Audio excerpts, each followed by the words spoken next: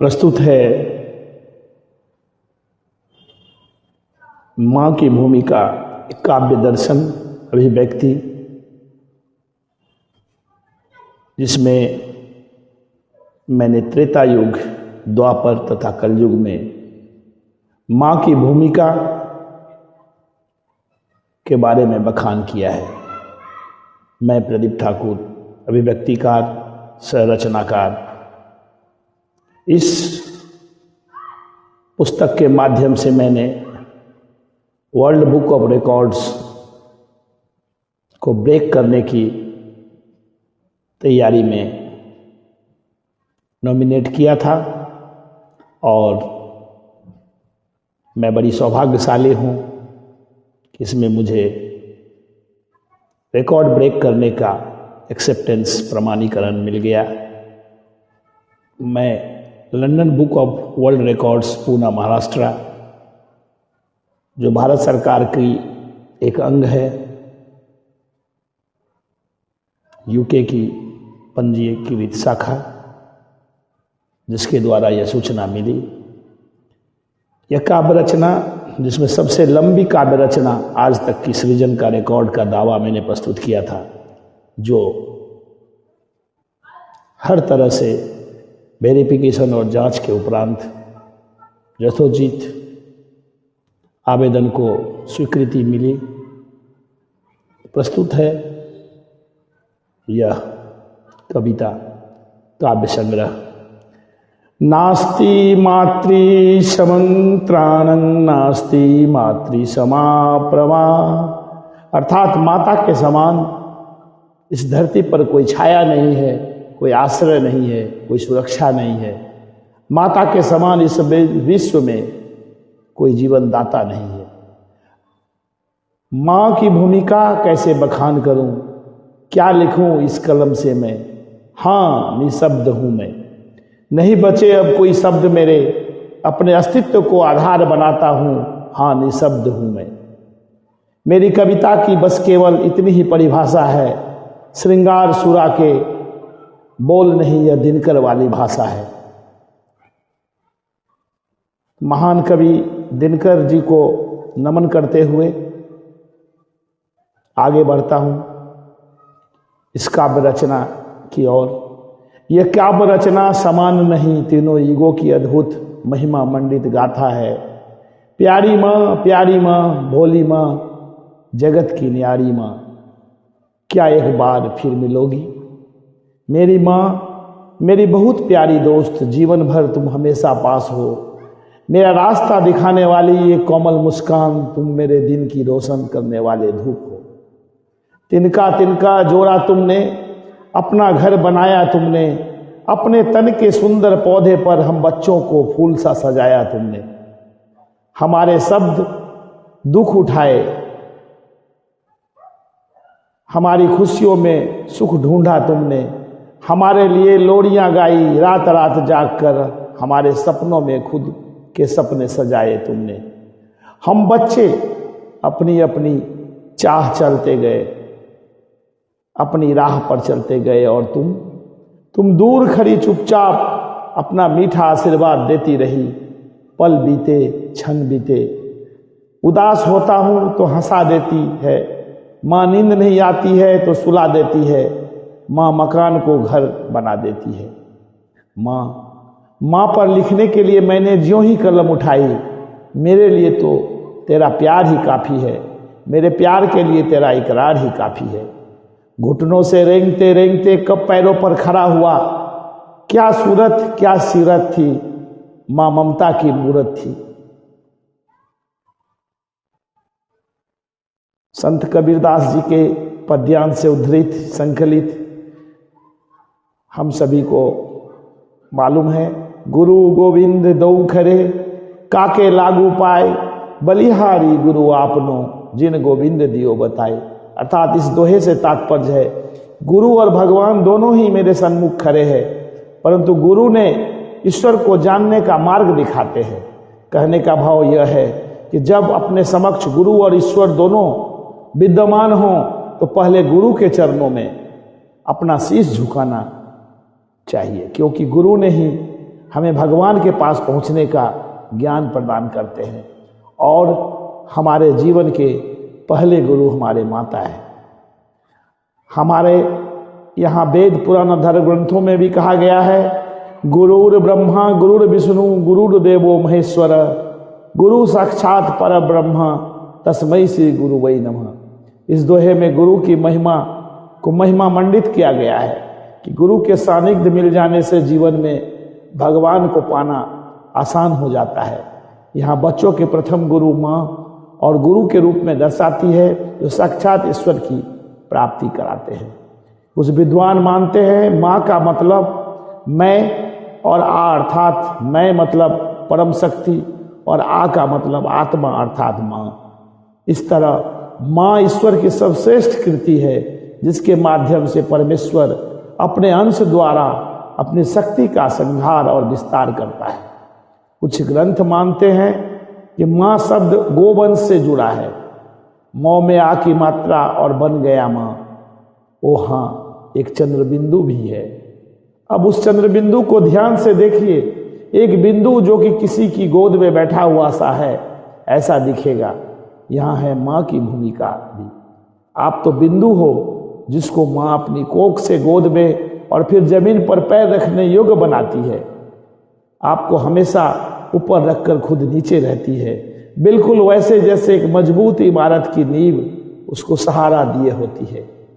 माँ, एम का मतलब शानदार, ओ का मतलब उत्कृष्ट, टी का मतलब टेंडर और एच का मतलब माननीय, ई का मतलब असाधारण, आर का मतलब उल्लेखनीय है। ये इंग्लिश में मदर की अगर एब्रिविएशन करेंगे, एक ऐसा शब्द है जिसका अर्थ सीमित शब्दों में बांधना संभव नहीं है। माँ का दूसरा नाम ममता है। माँ एक वो सुखद अनुभूति है जो हमारे सारे दुख कष्टों को अपने ममता के आंचल से ढक लेती है।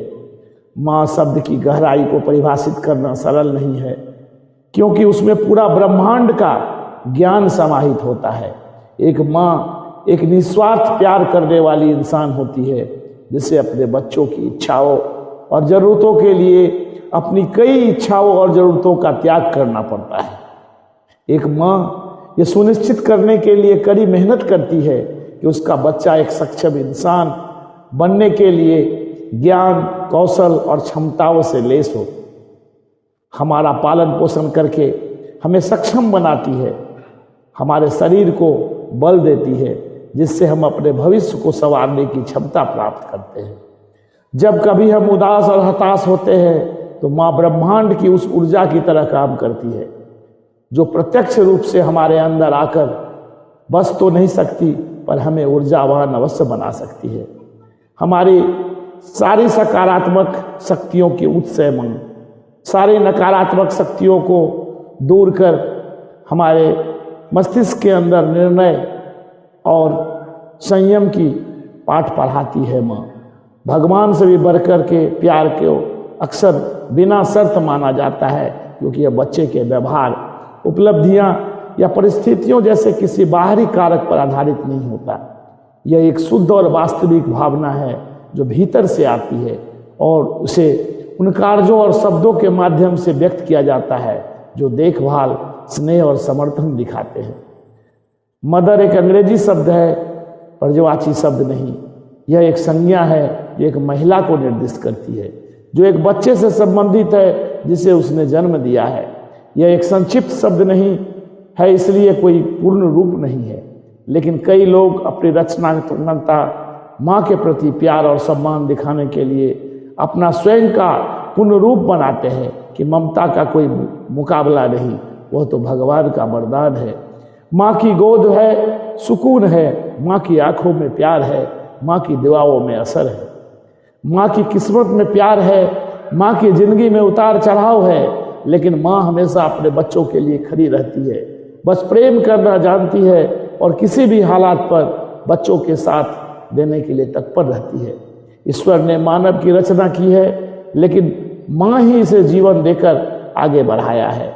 व्यक्ति जीवन में जो भी बनता है, जो सफलता प्राप्त करता है, वह सब अपने माँ के प्रेम या माँ के कारण ही होता है। माँ का प्यार निस्वार्थ है, एक माँ एक निस्वार्थ प्यार करने वाली इंसान होती है, जिसे अपने बच्चे की इच्छाओं और ज़रूरतों के लिए अपनी कई इच्छाओं का गला घोटना पड़ता है, त्याग करना पड़ता है। माँ एक निश्चित करने के लिए कड़ी मेहनत करती है, उसका बच्चा एक सक्षम इंसान बने, ज्ञान कौशल और क्षमताओं से लैस हो। दुनिया में कोई भी उन्हें इतना प्यार नहीं करेगा जितना हमारी माँ करती है। भले ही वो 60 साल की हो जाए या 80, या कोई रईस नेता या विचारक बन जाए, रहता हर बच्चा बालक ही माँ के नज़र में, चाहे किसी भी उम्र में। धन्य है माँ भारती की यह पवित्र धरा, जहाँ यह संस्कार पले। माताएं जीवन के किसी भी चरण पर अपने बच्चों को प्यार करने का यह मजबूत पहलू रखती है। माँ का निस्वार्थ प्यार ही उन्हें हर बच्चे को इतना खास बनाती है। पश्चात देशों में तो एक दिन वर्ष में मदर्स डे के रूप में मनाते हैं, लेकिन हमारे भारतवर्ष में हर दिन सुबह की शुरुआत मदर्स डे यानी माँ के चरणों को स्पर्श करने से शुरू होता है। माँ एक ऐसा शब्द है जिसका अर्थ सीमित शब्दों में बांधना संभव नहीं। माँ का दूसरा नाम है ममता। माँ एक सुखद अनुभूति है जो हमारे सारे दुख कष्टों को अपने ममता के अंदर ढक लेती है, हमें ऊर्जावान अवश्य बना देती है। तभी तो माँ भगवान से भी ऊपर दर्जा पाती है। ईश्वर ने मानव की रचना की है, लेकिन माँ ही उसे जीवन देकर आगे बढ़ाया है। दुनिया में कोई भी तुम्हें इतना प्यार नहीं करेगा जितना तुम्हारी माँ करती है। माताएं बिना शर्त आत्म प्रेम, देखभाल और समर्थन प्रदान करती है। माँ पश्चात देशों में मदर्स डे के रूप में मनाते हैं। उस दिन सभी बेटे बेटियां अनाथालय या वृद्धाश्रम में जाकर माँ से मिलकर एक दिन की खुशी मनाते हैं, बल्कि प्रेम और फर्ज का रस्म मजबूरन अदा करते हैं। मिलकर फिर शेष वर्ष भर कोई मनाता नहीं निभाते, तरसते रहते भले ही बच्चे से मिलने बातें करने को माँ। पर हमारे भारतवर्ष की धरती पर तो हर एक दिन सुबह का शुरुआत ही माँ के चरण स्पर्श कर हर एक दिन सुबह मातृ दिवस की शुभकामनाएं मनाई जाती है। जिस स्वार्थ में जीवन जीते हैं, हर पल करते हैं नज़रअंदाज माँ की अहमियत को। यह पश्चात देश वालों, जब तक सांसें हैं जीवन में क्यों और कैसे करें नज़रअंदाज माँ की अहमियत को। गलतियाँ इतनी कि धोना बेकार है, गुनाह इतने कि अब रोना बेकार है। पर धिक्कार है ऐसी पश्चात सभ्यता और माँ के प्रति भेद जो करते हैं। भूल वो जाते हैं माँ का दर्जा और सम्मान को ताक पर रखते हैं। पर बदल रहा है परिदृश्य तमाम पश्चात देशों में भी। आजकल भारत की संस्कार और परंपरा की अनुकरण कर वे भी माँ की पवित्र रिश्ते और सम्मान करने लगे हैं। अहमियत नित्य प्रतिदिन बढ़ रहे हैं। माँ का प्यार जो वास्तव में बिना शर्त है, उसका समर्थन जो हमेशा हमारे साथ रहता है। मातृत्व किसी भी माँ के लिए सबसे रोमांचक, सुंदर, दर्दनाक और कठिन अनुभव होता है। पूरा विश्व अहमियत नित्य प्रतिदिन माँ की मानने लगे हैं। उस दिन सभी बेटे और बेटियां अपने माँ के प्रति हर दिन एक सकारात्मक सोच, वंदन, नमन करते हुए दिन का शुरुआत करते हैं। धन्य है यह माँ भारती की धरती, जहाँ हम पले हैं, बड़े हैं माँ के साए के तले। साथ ही माँ की क्षमाशील स्वभाव उसे हमारे जीवन में एक बहुत ही महत्वपूर्ण व्यक्ति बनाता है। मातृत्व किसी भी माँ के लिए सबसे रोमांचक, सुंदर, दर्दनाक और कठिन अनुभव होता है। जन्म के इनाम का नाम है माँ, जीवनदायिनी स्नेह और ममता की विशाल दरिया है माँ। कहते हैं जिसके माँ नहीं होती वो भगवान के प्रिय बच्चे होते हैं। पूछा जाए कि उसके हृदय में दर्द बताता है जब कोई त्योहार का शुभ क्षण आता है। रहता उदास बेटा बेटी किसी कोने में बैठकर संताप की अग्नि में झुलसता, माँ की कमी का एहसास तब होता है माँ के बिना, क्योंकि शायद भगवान भी जानते हैं यदि किसी कारण से किसी को माँ नहीं मिली तो वह अधूरा रह गया है। और यह भी कहते हैं कि माँ ही ईश्वर का रूप है, उससे बढ़कर दूजा नहीं। भगवान की कोई भूमिका नहीं होती, वह तो बस मौजूद है, सर्वत्र है। मानो तो है, ना मानो तो ना है, बस वैसी ही है माँ भी। वो सर पे तेल लगाए और मुस्कुराए, खाना खिलाए, मैं उसकी उंगली चबाऊँ तो थप्पड़ मारे और रो जाए। माँ माँ रब के इनाम का नाम है माँ। समय पग पग चलता रहता, अपना हिसाब लिखता रहता। आज धीरे धीरे हम जिंदगी के उस मुकाम पर आ पहुँचे हैं जहाँ मैं एक जोग्य बना हूँ, पर माँ थकी हारी खड़ी है, शरीर से भी और मन से भी। बोलो माँ, मेरा मन मानने को तैयार नहीं, मेरा अंतर्मन सुनने को तैयार नहीं। क्या तुम्हारे जिस्म के मिटने से सब कुछ खत्म हो जाएगा? क्या चली जाओगी तुम अपने प्यार की झोली समेटकर? क्या रह जाएंगे हम तुम्हारी भोली सूरत देखने के तरसते हुए? क्या रह जाएंगे हम तुम्हारी गोद में छुपा अपना बचपन ढूंढते हुए? बोलो माँ, बोलो माँ, क्या कह जाओगी इस चंदा सूरज धरती और तारों से, इन राह गुजारों से, नदिया के बहते धारों से? क्या कह जाओगी माँ, किसे सौंप जाओगी हमें माँ? या फिर बिखरा जाओगी अपना प्यार, अपनी दुआएं और अपनी ममता इस कायनात के चिरंतन समंदर की लहर लहर में? क्या इस जन्म में चुन पाओगे हमें? वो दुआओं दे पर वादा है माँ, इन सब जन्मों के पार हम फिर मिलेंगे।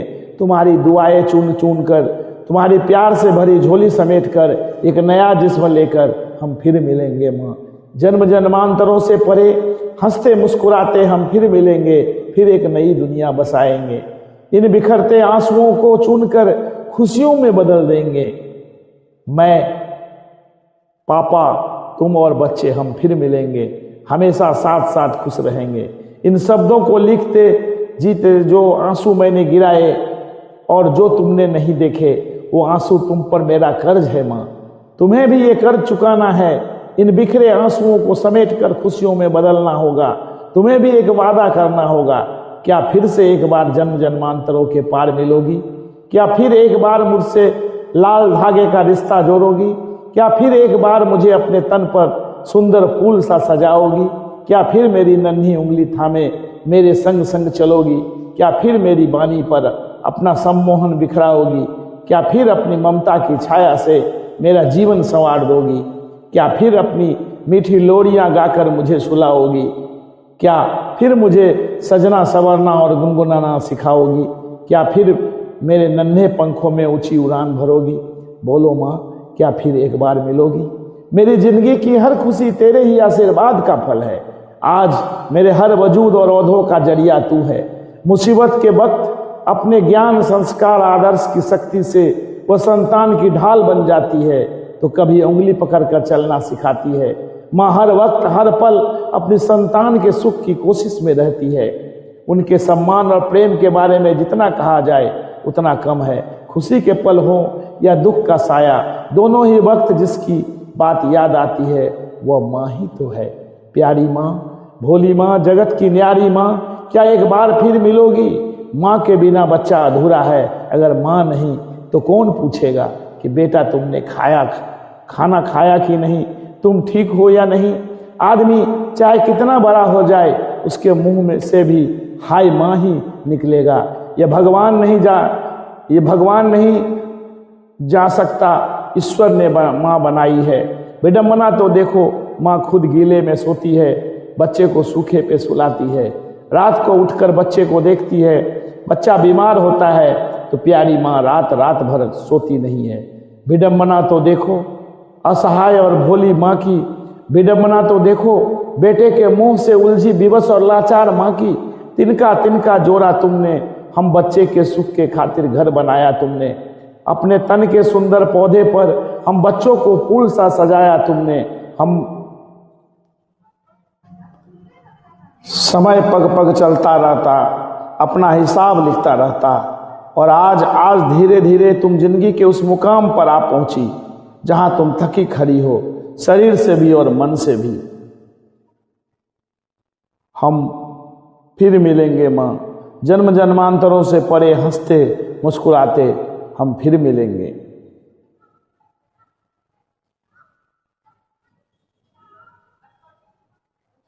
इस तरह कलयुग में माँ के प्रति यह विचार, माँ के प्रति यह सद्भावना, माँ के प्रति यह आच्छादित प्रेम की अभिव्यक्ति थी।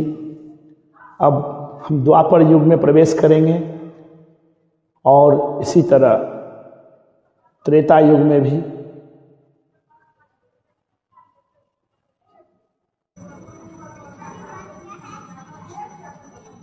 अब मैं सुना रहा हूँ त्रेता युग की माताओं की संवाद, ममता भरी अनगिनत अमित सत्य कहानी। त्रेता युग की माता कौशल्या और श्री राम जी के बीच संवाद। माता के अत्यंत अनुकूल वचन सुनकर जो मानव स्नेह रूपी कल्प वृक्ष के फूल थे वो सुख रूपी मकरंद पुष्प रस से भरे थे और श्री राजलक्ष्मी के मूल थे। ऐसे वचन रूपी फूलों को देखकर श्री रामचंद्र जी का मन रूपी भौरा उन पर नहीं भूला। धर्म धुरान श्री रामचंद्र जी ने धर्म की गति को जानकर माता से अत्यंत कोमल वाणी से कहा, हे माता, पिताजी ने मुझको वन का राज दिया है जहाँ सब प्रकार से मेरा बड़ा काम बनने वाला है। हे माता, तू प्रसन्न मन से मुझे आज्ञा दे जिससे मेरे वन यात्रा में आनंद मंगल हो। मेरे स्नेहवश भूल कर भी डरना नहीं। हे माता, तेरी कृपा से आनंद ही होगा। 14 वर्ष वन में रहकर पिताजी के वचन को प्रमाणित कर फिर लौट कर तेरे चरणों का दर्शन करूंगा, तो मन की मलान दुखी न कर। रघुकुल में श्रेष्ठ श्री राम जी के ये बहुत ही नम्र और मीठे वचन माता के हृदय में बाण के समान लगती है।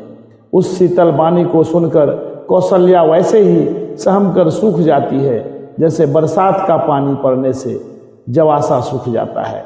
हृदय का विषाद कुछ कहा नहीं जाता। मानो सिंह की गर्जना सुनकर हिरणी विकल हो गई हो, नेत्रों में जल भर आया, शरीर थर थर कांपने लगा हो। मानो जल बिन मछली तड़प रही, बदहवास हो गई हो। फिर धीरज धरकर पुत्र का मुख देखकर माता गदगद वचन कहने लगी, हे तात, तुम तो पिता के प्राणों के समान प्रिय हो। तुम्हारे चरित्रों को देखकर वे नित्य प्रसन्न होते थे। न रख ही सकती है न यह कह सकती है कि बन चले जाओ। दोनों ही प्रकार से हृदय में बड़ा भारी संताप हो रहा है। मन में सोचती है कि देखो, विधाता की चाल सदा सबके लिए टेढ़ी होती है। लिखने लगे चंद्रमा और लिख गया राहु। धर्म और स्नेह दोनों में कौशल्या जी की बुद्धि की घेर लिया। उनकी दशा सांप छुछुंदर की सी हो गई। वे सोचने लगी कि यदि मैं हट करके पुत्र को रख लेती हूँ तो धर्म जाता है और भाइयों में विरोध होता है। यदि बन जाने को कहती हूँ तो बड़ी हानि होती है। इस प्रकार के धर्म संकट में पड़कर रानी विशेष रूप से सोच के बस में पहुंच जाती है। फिर बुद्धिमती कौशल्या जी स्त्री धर्म को समझकर और राम तथा भरत दोनों पुत्रों को समान जानकर सरल स्वभाव वाली श्री रामचंद्र जी की माता कौशल्या जी बड़ा धीरज धरकर वचन बोली, हे तात, मैं बलिहारी जाती हूँ। तुमने अच्छा किया। पिता की आज्ञा का पालन करना ही सब धर्मों का शिरोमणि धर्म है। राज्य देने को कहकर बन दे दिया, उसका मुझे लेस मात्र भी दुख नहीं है। दुख तो इस बात का है कि तुम्हारे बिना भरत को महाराज की और प्रजा के बड़ा भारी क्लेश होगा। यदि केवल पिताजी की आज्ञा हो तो माता को बड़ी जानकर वन को मत जाओ, किंतु यदि पिता माता दोनों ने बन जाने को कहा हो तो वन तुम्हारे लिए सैकड़ों अयोध्या के समान है। वन के देवता तुम्हारे पिता होंगे और वन देवियां माता होगी। वहाँ के पशु पक्षी तुम्हारे चरण कमलों के सेवक होंगे। राजा के लिए अंत में तो वनवास करना उचित ही है। केवल सुकुमार अवस्था देखकर हृदय में दुख होता है। हे रघुवंश के तिलक, वन बड़ा भाग्यवान है और वो अवध अभागा जिसे तुमने त्याग दिया है। हे पुत्र, यदि मैं कहूँ कि मुझे भी साथ ले चलो तो तुम्हारे हृदय में संदेह होगा कि माता इसी बहाने मुझे रोकना चाहती है। हे पुत्र, तुम सभी के परम प्रिय हो, प्राणों के प्राण और हृदय के जीवन हो। वही प्राणाधार तुम कहते हो। माता, मैं वन को जाऊं और मैं तुम्हारे वचनों को सुनकर बैठी पछताती हूँ। यह सोचकर झूठा स्नेह बढ़ाकर मैं हट नहीं करती। बेटा, मैं बलैया लेती हूँ। माता का नाता मानकर मेरी सुध भूल न जाना। हे गोसाई, सब देव और पितर तुम्हारी वैसे ही रक्षा करे जैसे पलकें आंखों की रक्षा करती है। तुम्हारे वनवास की अवधि 14 वर्ष जल है, प्रियजन और कुटुंबी मछली है। तुम दया के खान और धर्म की धुरी को धारण करने वाले हो। मैं बलिहारी जाती हूँ, तुम सेवकों, परिवार वालों और नगर भर को अनाथ करके सुखपूर्वक वन को जाओ। आज सबके पुण्यों का फल पूरा हो गया, कठिन काल हमारे विपरीत हो गया। इस प्रकार बहुत विलाप करके और अपने को परम अभागनी जानकर माता श्री रामचंद्र जी के चरणों में लिपट गई। हृदय में भयानक दुसह संताप छा गया। उस समय के विविध विलाप का वर्णन नहीं किया जा सकता। श्री रामचंद्र जी ने माता को उठाकर हृदय से लगा लिया और फिर कोमल वचन कहकर उन्हें समझाया। सास ने कोमल वाणी से आशीर्वाद दिया। सीता जी को अत्यंत सुकुमारी देखकर व्याकुल हो उठी। रूप की राशि पति के साथ पवित्र प्रेम करने वाली सीता जी नीचा मुख किए बैठी सोच रही है। सीता जी सुंदर, नेत्रों से जल बह रही है। उनकी यह दशा देखकर श्री रामचंद्र जी की माता कौशल्या जी बोले, सुनो सीता अत्यंत ही सुकुमारी है तथा सास ससुर और कुटुंबी सभी के प्यारी है। उनके पिता जनक जी राजाओं के शिरोमणि हैं, ससुर सूर्य कुल के सूर्य हैं और पति सूर्य कुल रूपी कुमुद वन को खिलाने वाले चंद्रमा तथा गुण और रूप के भंडार हैं। फिर मैंने रूप की राशि, सुंदर गुण और शील वाली प्यारी पुत्र वधू पाई है। मैंने जानकी की आंखों की पुतलों बनाकर उनसे प्रेम बढ़ाया है और अपने प्राण इनमें लगा रखे हैं। कल्पलता के समान मैंने बहुत तरह से बड़े लाड़ प्यार के बड़ी स्नेह रूपी जल से सींच कर पाला है। अब इस लता के फूलने फलने का समय विधाता बाम हो गया है। कुछ जाना नहीं जाता इसका क्या परिणाम होगा। वही सीता अब तुम्हारे साथ वन चलना चाहती है। हे रघुनाथ, उसे क्या आज्ञा होती है। चंद्रमा की किरणों का अमृत चाहने वाला चकोरी सूर्य की ओर आंख किस तरह मिला सकती है। तपस्वियों की स्त्रियां वन में रहने योग्य है, जिन्होंने तपस्या के लिए सब भोग तज दिए हैं। हे पुत्र, जो तस्वीर के बंदर को देखकर डर जाती है, तो सीता वन में किस तरह रह सकेगी। देव सरोवर के कमल वन में विचरण करने वाली हंसनी क्या तलैयों में रहने के योग्य है। ऐसा विचार कर जैसी तुम्हारी आज्ञा हो, मैं जानकी को वैसी ही शिक्षा दूं। माता कहती है, यदि सीता घर में रहे तो मुझको बहुत सहारा हो जाए। श्री रामचंद्र जी ने माता को प्रिय वाणी सुनकर, जो मानो शील और स्नेह रूपी अमृत से सनी हुई थी, ऐसे थे छत्रानी माता कौशल्या और मर्यादा पुरुषोत्तम श्री राम। पिता के वचन को निभाने हेतु क्या मातृ ममता का त्याग। निज वक्ष स्थल पर पत्थर रख छत्रानी माता कौशल्या 14 वर्ष वनवास की रखने मांग हेतु हंसकर निज कलेजे के टुकड़े को विदा किया। यही कौशल्या और श्री राम के मधुर संवाद थी। इसी तरह त्रेता में माता कैकेयी और श्री राम जी के बीच की संवाद, और द्वापर में कर्ण कुंती और गांधारी धृतराष्ट्र के संवाद आदि से इस काव्य रचना की मैंने सृजन किया है। धन्यवाद।